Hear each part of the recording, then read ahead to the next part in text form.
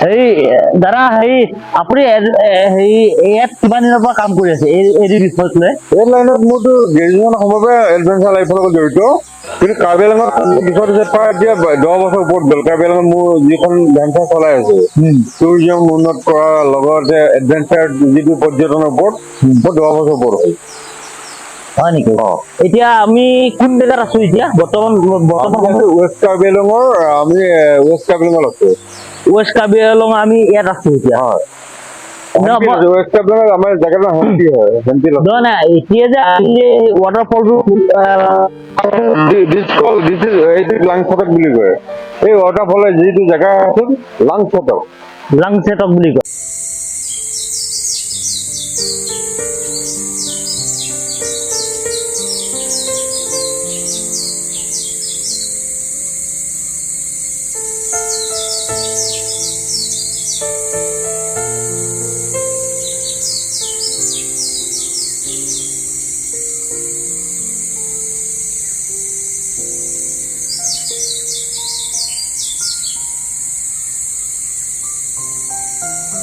আচ্ছা হেৰি আমি কেনেলৈ যাম ন? কথা সুধিলে শুনক হেৰি শুনকচোন, আপুনি আগত ইয়ালৈ আহিছিল নে? আপুনি ইয়াত বহুত দিনৰ পৰা আহিয়ে থাকে। আপুনি ইয়াত বহুত দিনৰ পৰা আহি থাকে নেকি? সেইটো মোৰ এইটো জেগা মোৰ এইটো পইণ্ট আছিলে যেতিয়া আমি টুৰিজমৰ কাম কৰিছিলোঁ। ৱেষ্ট কাৰ্বি আংলং পাৰ্টটোক আমি কেনেকৈ প্ৰমোট কৰিব লাগে তাৰ ক্ষেত্ৰত আমি লাগি আছিলোঁ। যেখন ৰূপহী কাৰ্বি আংলং, ৱেষ্ট কাৰ্বি আংলং ৰূপহী। এই ৰূপহী কাৰ্বি আংলং মানুহৰ দৃষ্টিগোচৰ হোৱা নাছিলে, এখন পৰ্দাৰে মেৰিয়াই ৰাখিছিলে। সেই পৰ্দাখন আঁতৰ কৰি দিবলৈ আমি আহিছিলোঁ। আৰু পৰ্দাখন আঁতৰ কৰিবলৈ এতিয়া সক্ষম হোৱা নাই। বহুত পৰ্দাখন আমি চপাই দিলোঁ আৰু বহুত চপাবলৈ বাকী আছে। যিমান পৰ্দাখন চপাম সিমান মানুহে দেখিব। সুন্দৰ ৱাটাৰফল খাবলগীয়া।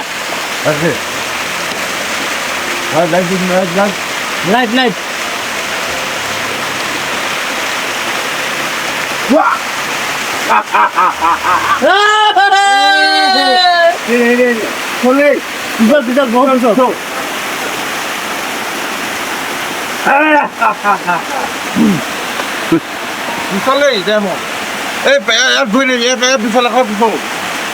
এই পাঠৰ ভৰি ইয়াত ভৰি দে এই ওলাই থাকে পিছল পৰিৱেশ যায় না পৰি দিও কথা নুশুনো তোক বাৰে বাৰে কৈ থকা নাই নপৰিবি ইমান তোক ইয়াতে ভৰি দিব আছিলো মই তোক কিয় একো নাই আপোনাৰ আনিছিলি নাই আনিছো ইমান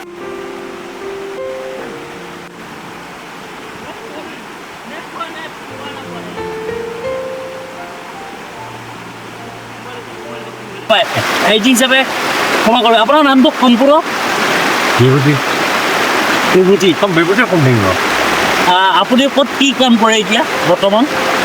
মই যাযাবৰ কাম কৰোঁ। কামতে মোৰ যাযাবৰী জীৱন। এই যাযাবৰী জীৱনটো ক'ব নোৱাৰে, অকস্য কথা অকস্য কথা এতিয়া আপুনি যিমান এবিধ ঠাই কৰিছে ইমান সম্ভৱ নহয় এনফেচ কৰি দিয়ে।